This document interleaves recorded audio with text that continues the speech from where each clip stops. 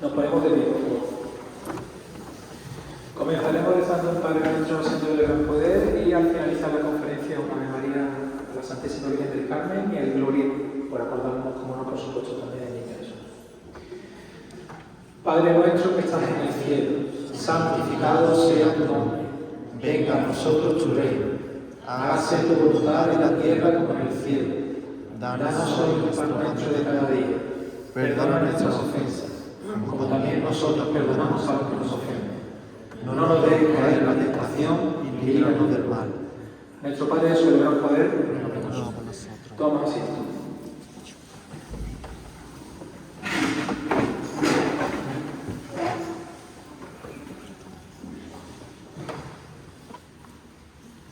Bueno, gracias. Buenas noches de nuevo.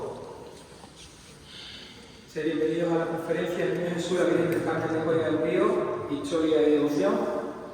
Conferencia que se enmarca dentro de los actos y cultos con motivo del 250 aniversario de la hechura del Niño Jesús de nuestra hermana.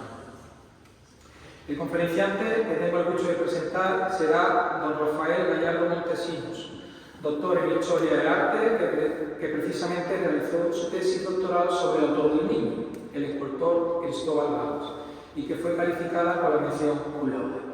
A mi izquierda tengo al teniente hermano mayor de la hermandad. A Rafael le agradecemos especialmente que haya aceptado la invitación de la hermandad para impartir esta conferencia. Durante su formación de posgrado en el máster de Patrimonio Artístico, nuestro conferenciante desarrolló las prácticas enfocadas en la identificación, documentación, clasificación, inventario de bienes culturales y fotografía digital para la catalogación e inventario de la parroquia de la Magdalena de Sevilla entre 2018 y 2019. En 2022 realizó el inventario de la Hermandad de Nuestra Señora del Rosario de Mairena de Alcalá, subvencionado por la Junta de Andalucía. Es miembro del grupo de investigación HOM 213, Centro de Investigación del Patrimonio Artístico Andaluz de la Universidad de Sevilla. Además, posee un máster en Educación Secundaria Obligatoria en la rama de Geografía e Historia por la Universidad Pablo de Olavide, obtenido en el 2020. Entre sus trabajos de investigación se encuentran los de grado de máster, accesible en el repositorio de la Universidad de Sevilla, con temas sobre el Círculo de Montañés en el Virreinato del Perú y sobre el escultor y arquitecto de retablos Luis Ortiz de Vargas, respectivamente. Sus investigaciones se han centrado en la figura del escultor Cristóbal Ramos, autor del nombre, tema que constituye el eje principal de su tesis doctoral.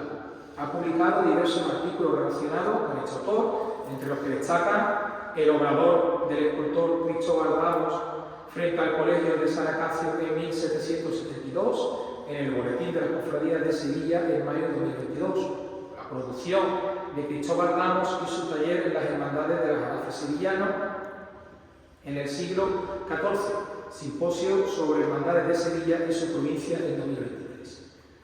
Grupos escultóricos de barro cocido de Escuela Sevillana, de Luisa Roldán a Cristóbal Ramos, pendiente de publicación tras haber sido presentado en el sexto Simposio Internacional Jóvenes Investigadores del Barroco Iberoamericano, el 15 de febrero de 2024. Más recientemente, en diciembre de 2025, publicó un nuevo artículo titulado Las juntas de distribución de premios de la Escuela de las Tres Nobles Artes de Sevilla en el siglo XVIII, sus participantes y sus obras en la modalidad de pintura y escultura, en el que dio a conocer una obra inédita de Cristóbal Ramos. Más allá del ámbito de su tesis, ha contribuido con otros artículos, como Nuevos datos del arquitecto y escultor Luis Ortiz de Vargas y sus obras realizadas en Écija y Córdoba. Publicado en 2022 en la revista Atrio de la Universidad Pablo de Olavide, y Conflictos y discrepancias durante el proceso constructivo de la sillería coral de la Catedral de Lima, pendiente de publicación, que fue parte de la octava jornada de jóvenes americanistas celebrada el 21 de noviembre de 2023. Sin más dilación, cedo la palabra al doctor Gallardo Montesinos, pues estamos expectantes ya de disfrutar de tu conferencia.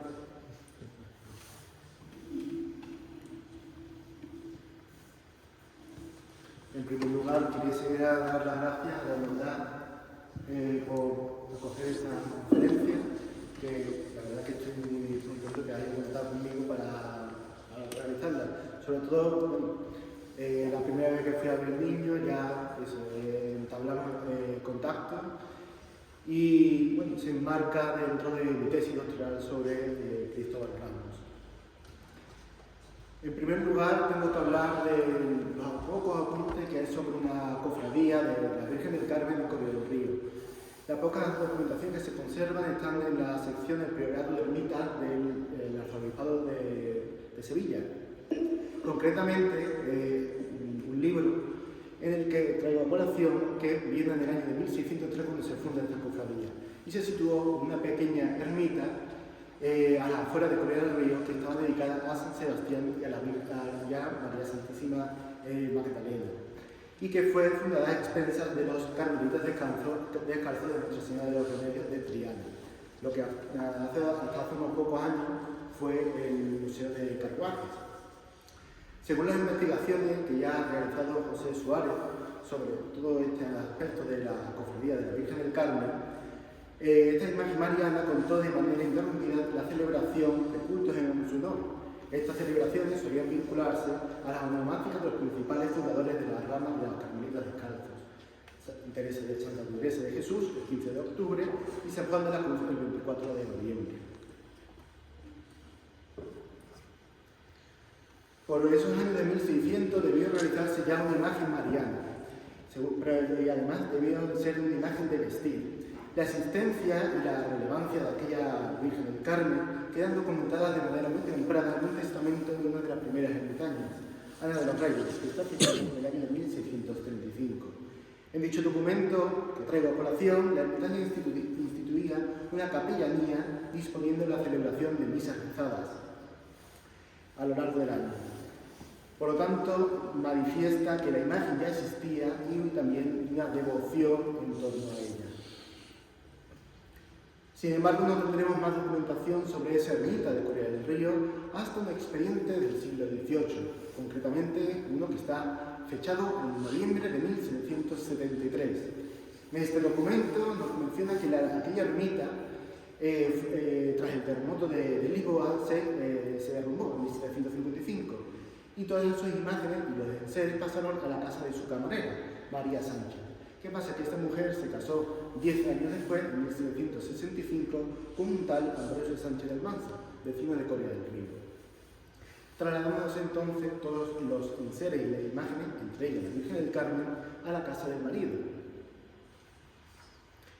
En un momento que no podemos concretar, entre 1765 y la fecha de este expediente del 73, la ermita se reconstruyó al completo. ¿Qué pasa?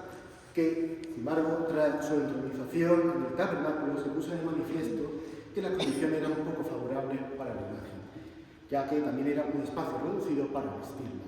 ¿Qué pasa? La ermita estaba situada a las afueras de Coria del Río, en el campo, y además a mitad del pueblo. Esto, pues, las condiciones eran desfavorables.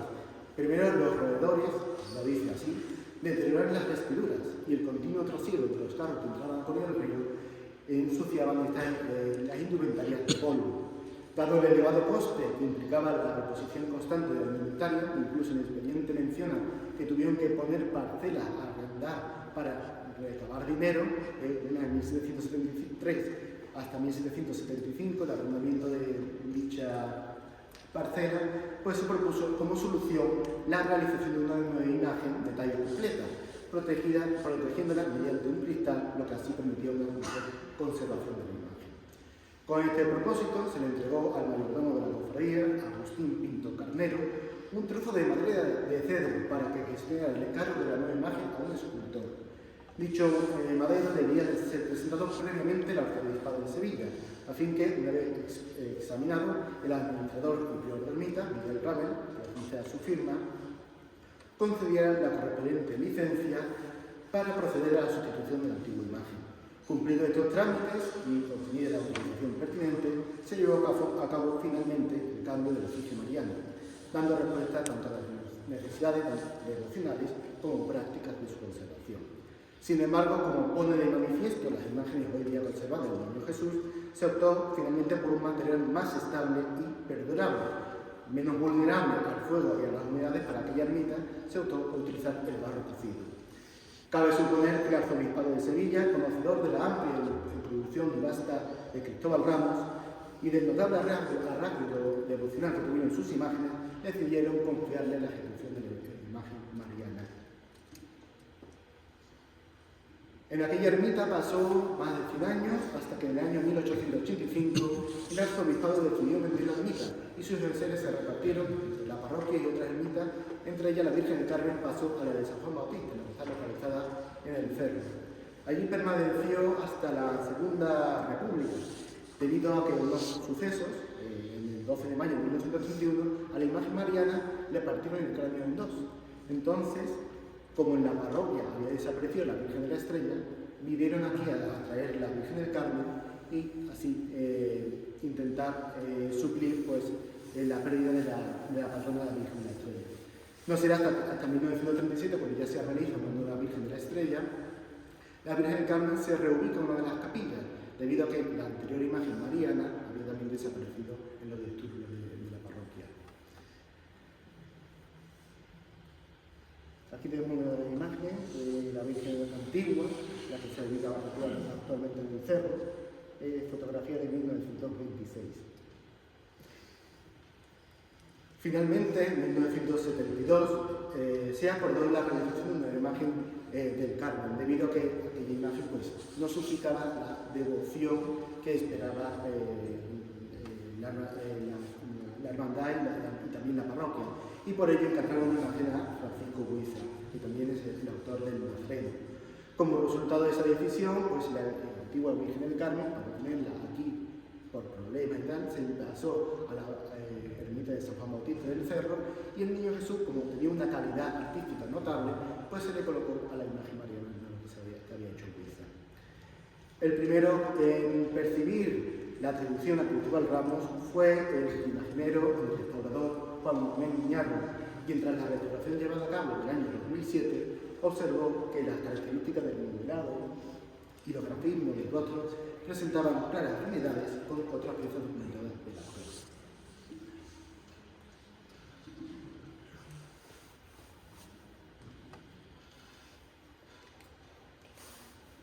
Una vez hablado de la poca documentación que se conserva de esa cofradía de la Virgen del Carmen y su devenir histórico,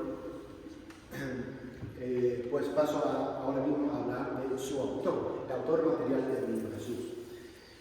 Cristóbal Ramos nació en la ciudad de Sevilla el 25 de julio de 1725, precisamente este año también hace el 300 aniversario de su nacimiento, y fue bautizado el día 2 de agosto en la parroquia de San Isidoro. Su formación artística comenzó a una edad bastante temprana, como señala Fernán Bermúdez en una breve semblanza biográfica que le dedica, al afirmar que desde muy tierna edad se aplicó a modelar figuras chicas en barro para nacimientos. Por tanto, cabe situar sus primeros escarceos escultóricos hacia 1735, cuando el escultor contaba con tan solo 10 años, circunstancia que ayudaría a explicar el notable grado de madurez y calidad artística que alcanzaba de sus obras a finales de la década de 1740. Aquí vemos en pantalla la partida bautismal que se conserva en la parroquia de San Isidoro. La formación de Cristóbal Ramos como barrista debió desarrollarse en un primer momento bajo la tutela de su padre, Juan Isidoro Ramos, un escultor todavía muy desconocido, del que he podido rescatar en la tesis doctoral varios apuntes documentales y también de sus obras, entre ellas las que traigo en pantalla. Pero, no obstante, es posible advertir determinados paralelismos formales con la producción en barro de otro escultor muy famoso del siglo XVIII, pero que hoy día es muy desconocido, Pedro Gaetano. Además, la documentación conservada de la época estaba casado con una tal Mariana Ramos, probablemente pariente de su padre. Me hace intuir que Pedro Gaetano era tío abuelo de Cristóbal Ramos, y esto nos hace plantear esta circunstancia, nos hace plantear la hipótesis de que Cristóbal Ramos hubiera estado bajo la supervisión o influencia de Gaetano, especialmente el periodo comprendido entre 1744 a 1750, momento en el cual el escultor desaparece de la casa del domicilio familiar en la calle de Cerrajería.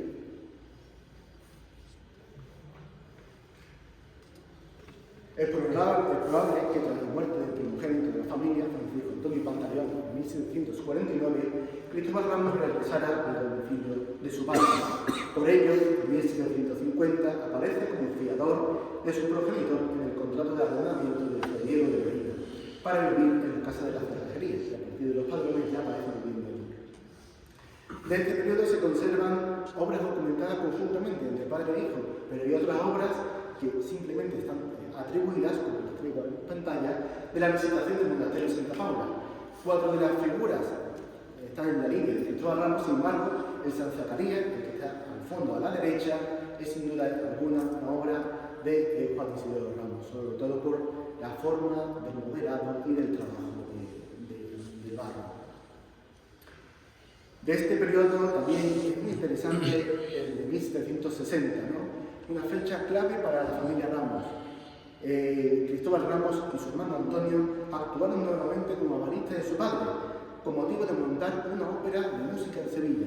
Las óperas de música en Sevilla fueron prohibidas a finales del siglo XVII y fue esta sala de escultores quien rescató este divertimento que era muy popular en la Francia del siglo XVIII. Por los documentos conservados, creemos que su padre fue el máximo artífice e impulsor de esta empresa operística, de la que intuimos que sus hijos figuraron simplemente como avaristas y realizaron las figuras de las polichinelas, cabezas seguramente de barro cocido o de pasta de madera y ropaje de tela encolada para vestir y colocados con hilos para las representaciones teatrales. 2 años más tarde, en 1762, Cristóbal Ramos aparece entre los 9 escultores en barro de la ciudad que contribuían a la corona. Su obrador estaba situado en la colección de San Miguel, frente al convento de Santa María de Gracia, concretamente donde estaba situado la ópera. En dicho registro declara el escultor percibir un jornal diario de 4 reales de plata por su trabajo. Finalmente, el 26 de mayo de 1766, él y su padre arrendaron una casa grande frente al colegio de San Acacio, destinada para residencia y taller de escultura. En este espacio desarrolló prácticamente la totalidad de su producción artística, permaneciendo él desde 1766 a 1799, unos 33 años. Por tanto, la figura del Niño Dios de Coria del Río se realizó en la antigua calle de San Acacio, donde hoy día es el Real Círculo de Labradores. Seguramente allí no se hizo el modelado de la figura y después se llevó a los alfares de Triana para hacer la imagen. A partir de la década de 1770, Cristóbal Ramos comenzó a vincularse con la futura Escuela de las Tres Nobles Artes. Al enviar a Madrid, junto con los demás pintores y escultores, un conjunto de objetos artísticos elaborados por ellos mismos para la aprobación regia de la escuela, que tuvo lugar en 1775, cuando ya Ramos pasó a formar parte de la primera junta directiva, celebrada el 26 de octubre de 1775, en la que figura desempeñando el cargo de teniente de escultura, bajo la dirección de Blas Moliner, frente de esta sección.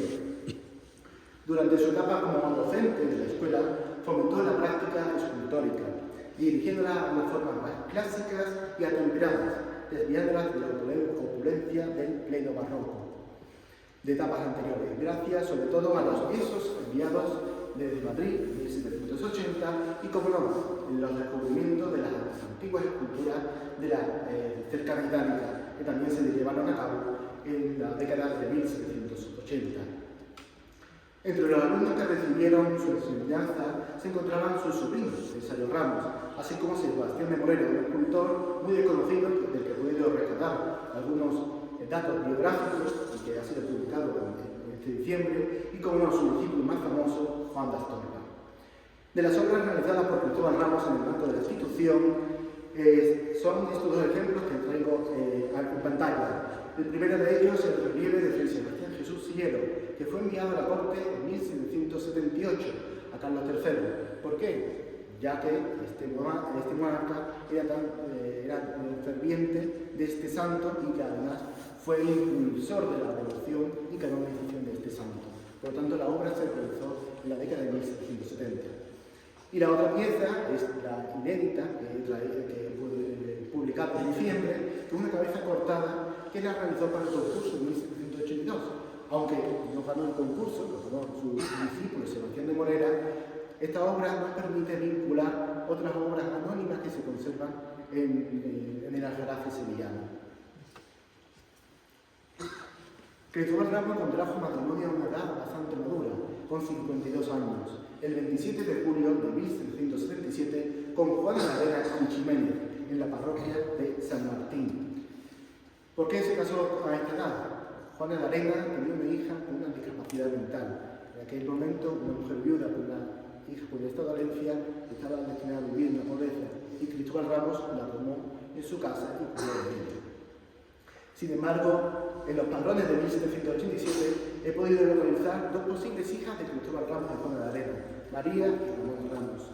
Desgraciadamente no he localizado la partida bautismal de ninguna de ellas, ni la defunción, pero sabemos que para el testamento que otorgaron ellos en 1794 ya habían fallecido, seguramente fruto de epidemias, pandemias de aquellos tiempos.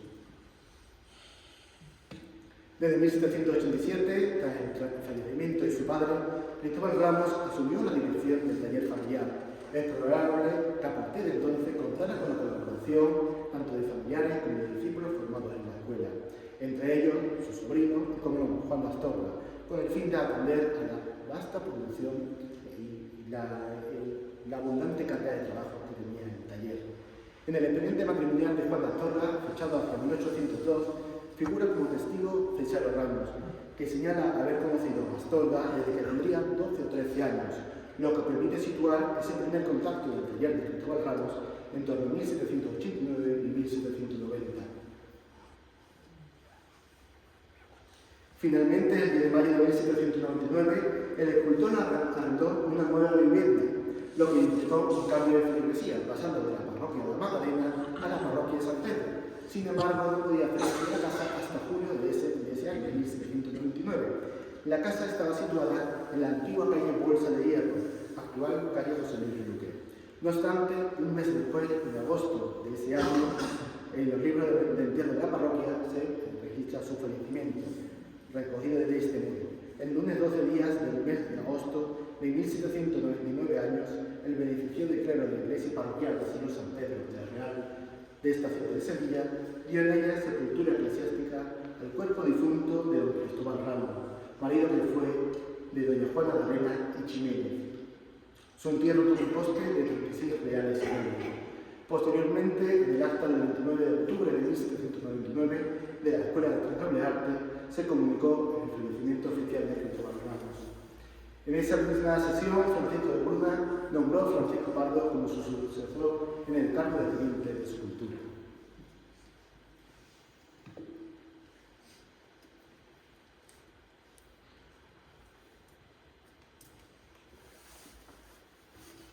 Hasta ahora no se conocía muy bien la evolución de Cristóbal Ramos, pero su producción artística muestra una notable evolución a lo largo de su trayectoria profesional. En una primera etapa muy desconocida para el público en general, que yo la he denominado etapa de juventud y aprendizaje, corresponde a la década de 1730 y 1740, donde su estilo se inclinó dentro del tanto barroco, influido principalmente por la obra de su padre, Juan Isidro Ramos, y de los maristas locales, entre ellos Pedro Gaitán y José de Cárdenas, así como de otros escultores prestigiosos del siglo XVII, como Martín Montañés, Juan de Mesa y Pedro Roldán, y contemporáneos como Pedro Duque Cornejo y José Montes de Oca. En este primer periodo, Ramos centró su actividad artística en la creación de grupos escultóricos de pequeño formato, elaborados exclusivamente en barro cocido, material que denominaría como reciente virtuosismo ya a finales de la década de 1740. En pantalla tenemos dos piezas atribuidas y una documentada. A la izquierda tenemos un movimiento que creo que podría ser una de las primeras piezas de Cristóbal Ramos y que debió realizarlo por lo que yo tendría unos 10 o 15 años y que tomó de modelo que realizó Pedro Duque Cornejo para uno de los conventos de Sevilla, y además ese va a ser el prototipo que Ramos tomará a lo largo de su su vida. Al centro tenemos un grupo de San José que toma la influencia de las obras de Pedro de Gaitán. Ya hemos visto que Gaitán realizaba imágenes excelentes, bien San José, San Joaquín, o cogiendo el Niño Jesús o la Virgen. En este caso, Cristóbal Ramos introduce ya su propia impronta en la decoración del copete del trono. Y como obra documentada tenemos este magnífico retrato del canónigo don Francisco Domingo del Río Soto y Torres, de 1748, cuando ya Cristóbal Ramos contaba tan solo con 23 años y ya nos demuestra una calidad tanto técnica como ese virtuosismo en el barro cocido. En torno a 1750, coincidiendo con la difusión del gusto rococó y el auge de la campaña francesa, las figuras de Cristóbal Ramos adoptan un carácter amuñecado y se encuadran en esa etapa de afianzamiento estilístico que va entre los años 1750 a 1760. Y sus imágenes comienzan a ampliar ya las telas enconadas con amplios y voluminosos drapeados de sus ropajes, mientras que las lianas se inundan de esta decoración de origen francés. En sus representaciones de santos, ángeles y figuras marianas se observa una tipología fisonómica claramente identificable. Rostros ovalados, con papada, mentón pronunciado con ese típico hiluelo en el mentón, narices afiladas y ojos almendrados. Aquí traigo 3 piezas que se pueden encontrar en esos años 1750 y 60. Sin embargo, la antigua Virgen del Carmen y el Niño Jesús ya se encuadran en la etapa de plenitud creativa del escultor, entre 1770 y 1780. A partir de 1770, su obra comienza a adquirir una relevancia importante, consolidándose ya en estilos distintivos que todo el mundo ya conoce, especialmente por la creación de su dolorosa Niño Jesús, nacimientos e imágenes hagiográficas que gozaron de una notable devoción popular. Las fuentes documentadas señalan que el año de 1772 fue un punto de inflexión en su trayectoria artística. Tras la realización de la Virgen del Sagua, de la Hermandad Penitencial del Museo de Sevilla, le otorgaron el apodo del Genio de Ramos, lo que impulsó su fama y su éxito. Posteriormente, tras su ingreso como profesor en la Escuela Superior de Arte, en 1775, Ramos empezó a dotar a su escultura una expresión más serena, conservando los rasgos fisonómicos de la etapa anterior, pero ya incorporando un cierto toque de clasicismo, como se observan las imágenes que tenemos en pantalla.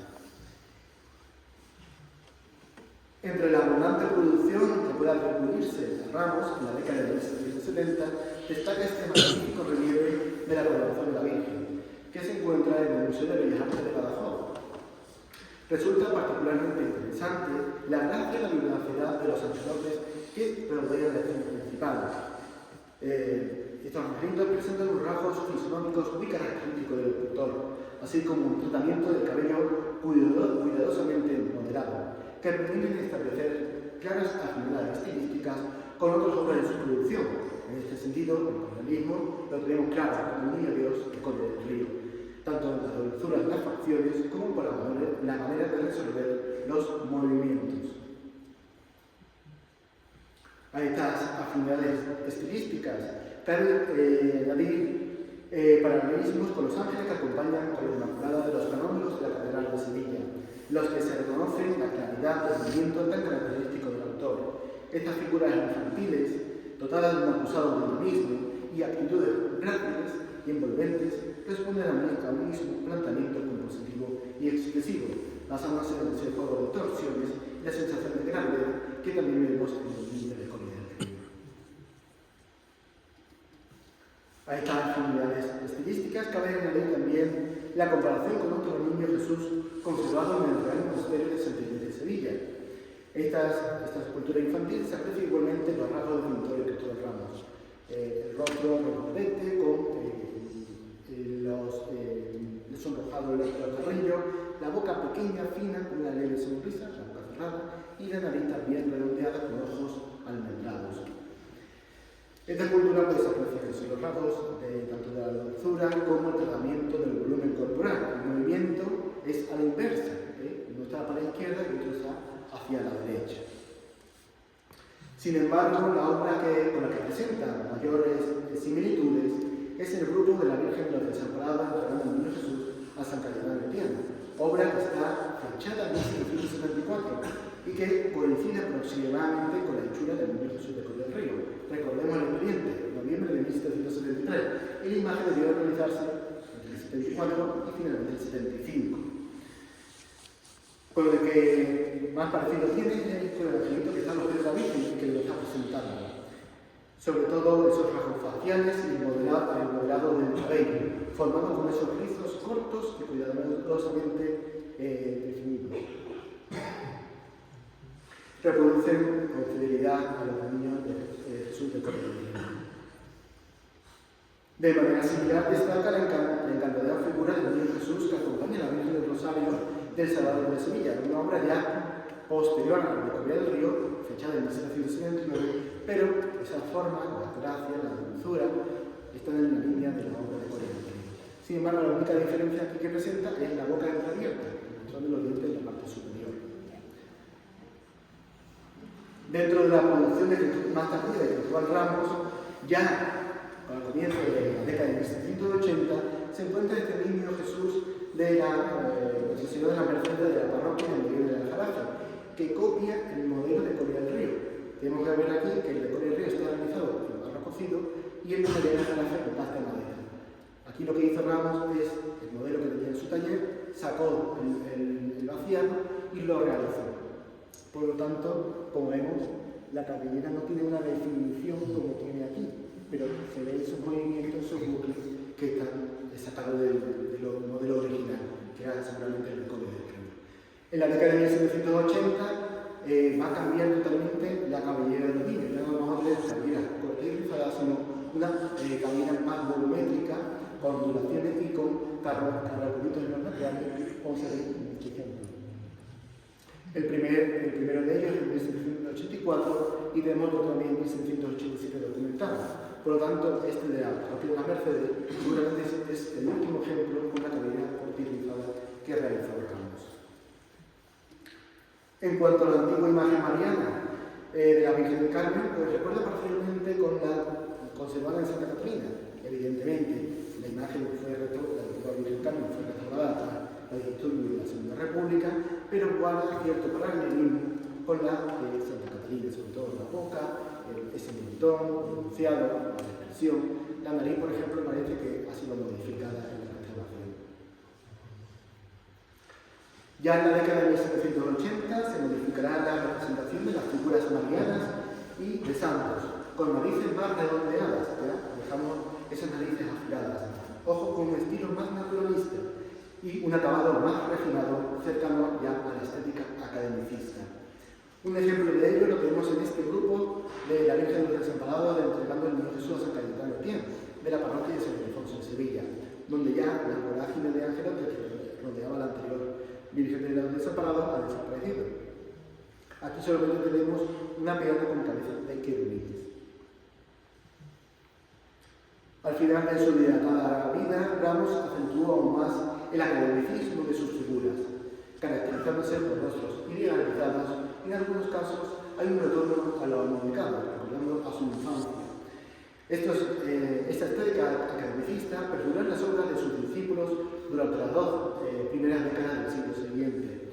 Esta tendencia refleja pues, una mirada nostálgica, abstraída, mientras que las telas encuadradas caen con mayor aplomb y sin mucho movimiento, y los ricos estofados de las décadas anteriores han desaparecido debido a un real decreto de 1786, en el cual se prohibían los ricos dorados y estofados, y al mismo pues, vemos solamente colores puros y lisos, siempre con cenefas doradas o entrelazados vegetales ya de estilo decimonónico.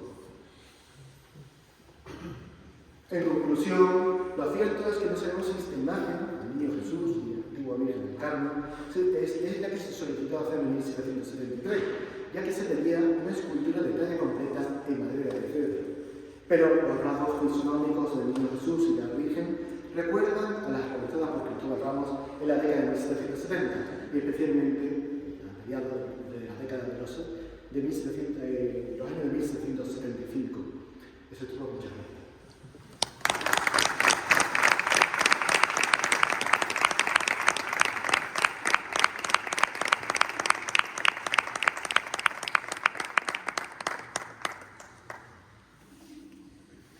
¿Alguna pregunta? Venga, sin miedo.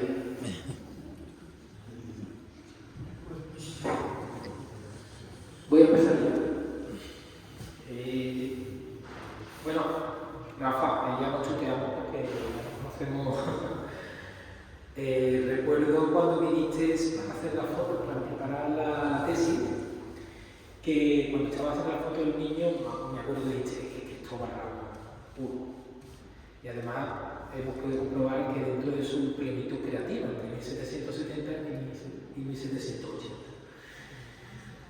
A mí me gustaría, si es que la tiene, si podría destacar alguna singularidad propia del niño, más allá de lo que ya has comentado, algo que pueda decir, bueno, pues el niño de que estoy hablando con el niño completamente puede tener esta singularidad, pues esto es en lo que podríais fijaros. En relación a su atribución a Cristóbal Ramos, Sí. vamos a ir documentándolo a lo largo de toda la conferencia, pero esa forma de modelar, por ejemplo, los labios con esa leve sonrisa, la nariz esa diminuta y esos ojos iluminados, está en la línea de Ramos, pero también es importante ver el modelado del cabello.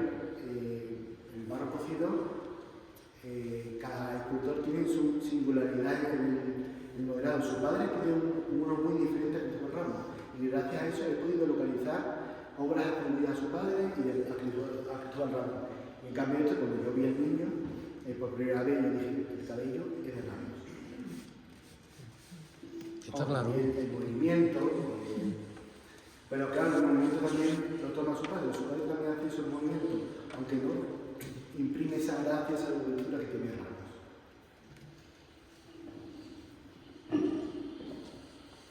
¿Y del estado de conservación qué podrías decirnos? Hombre, el estado de conservación es bastante óptimo. No sé si desde el año 2007 hasta ahora, no sé si he tenido otro tipo de intervención por el estilo, pero yo lo veo bien. Entre las obras que he visto de Ramos, es una de las mejores que se conserva. En los conventos es verdad que se ven repolicromadas imágenes, dice que ha perdido la impronta original, pero aquí, sin embargo, sí, aquí la policromía es la original que tiene. Por ejemplo, el niño Jesús de la Virgen del Rosario de San Juan Lafarache, esa por ejemplo se repolicromó a finales del siglo XX. Entonces no tiene esa misma expresión y esa forma de Ramos. ¿Tú no lo llegaste a ver sin ropa, Rafa? Sí, sí. Ni lo viste. Creo que lo que tiene es como modelado un paño. Un pañito, un chico. Sí, Pero lo que tiene curioso es que tiene dos roturas. El niño tiene dos roturas. Dos roturas. Tiene, dos roturas. El niño tiene un brazo roto, que lo tiene puesto y lo tiene bien, y una pierna. Y eso se ve perfectamente cuando el niño está sin ropa. Está reintegrado. Esa es la única, yo creo que es la única reintegración que tiene Polícromo. La laguna que le dejó el desprendimiento del brazo y de la pierna, que no sé si fue en la época de los años 30 o fue posterior. Es lo único que tiene. Yo viéndolo de cerca tengo esa suerte, gracias a mi hermandad. Lo que se le ve perfectamente la única intervención que tiene en su policromía. Y lo que decías del párroco, que esta imagen también pesa bastante, Pesa mucho. Para ser una imagen pequeña, por lo tanto, tiene que ser imponente coge al niño. Exacto. Sí, por allí, Raúl, por favor, no tenemos inalámbricos. Si te... Me perdí un poco en lo que has estado hablando del contrato, porque no sé si has dicho al final que lo que conservamos hoy en día no casa con lo que la hermandad en su tiempo solicitó o se acordó. No sé si lo podría esclarecer un poco porque no me ha quedado muy claro, disculpa mi torpeza. No, En el expediente lo que se dice es que se iba a encargar realizar la talla de la Virgen del Carmen, una talla completa, de madera de cedro. Sin embargo, el criterio al final cambió. La imagen hay que fecharla en eso, entre 1774 y 75. Por lo tanto, la imagen del expediente se hace referencia a esta. ¿El criterio por qué se cambió? No lo sé, pero seguramente fueron eso. La humedad que había en la ermita, pues entonces hacerlo de madera, porque una imagen de madera, una ermita que tiene humedades, pues al final se estropea. ¿Qué van a hacer? Hacerla de barro cocido, que si hay fuego pues no se estropea completo. Es verdad que puede perder la policromía y además eso, la humedad pues, permite conservar la madera durante el tiempo. Pero a mí lo que me extraña también es que la imagen pedían que fuera de talla completa, pero al final fue una imagen de candelero, es decir, yo creo que fue eso a petición de la camarera, porque si la camarera no puede decir la imagen, ¿qué función va a tener si no? ¿Usted no cree que el candelero se le pudiera reintegrar posteriormente? ¿Una modificación o algo? No lo creo, porque Ramos, yo he visto nombre de Ramos de barro cocido al completo y haciendo la tipología. La tipología de Virgen y Niño Jesús es de candelero de vestir. ¿Más preguntas? No, pues entonces vamos a darle otro aplauso al doctor, por favor. Sí.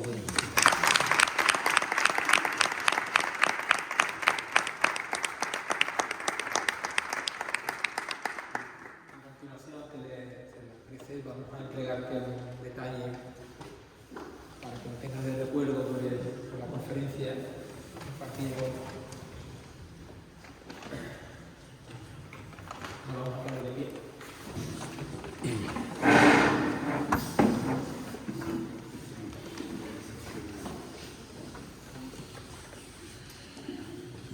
Dice así: la antigua hermandad de Jesús el Nazareno y Cofradía de Marineros, fervorosa hermandad de nuestro Padre sobre el Gran Poder y Nuestra Señora del Carmen de Coria del Río, a don Rafael Gallardo Montesinos, doctor en Historia del Arte, el agradecimiento por impartir la conferencia El Niño Jesús y la Virgen del Carmen de Coria del Río, Historia y Devoción, en nuestra capilla y con motivo del 250 aniversario de la hechura del Niño Jesús de nuestra hermandad. La Junta de Gobierno en Coria del Río, a 26 de diciembre de 2025.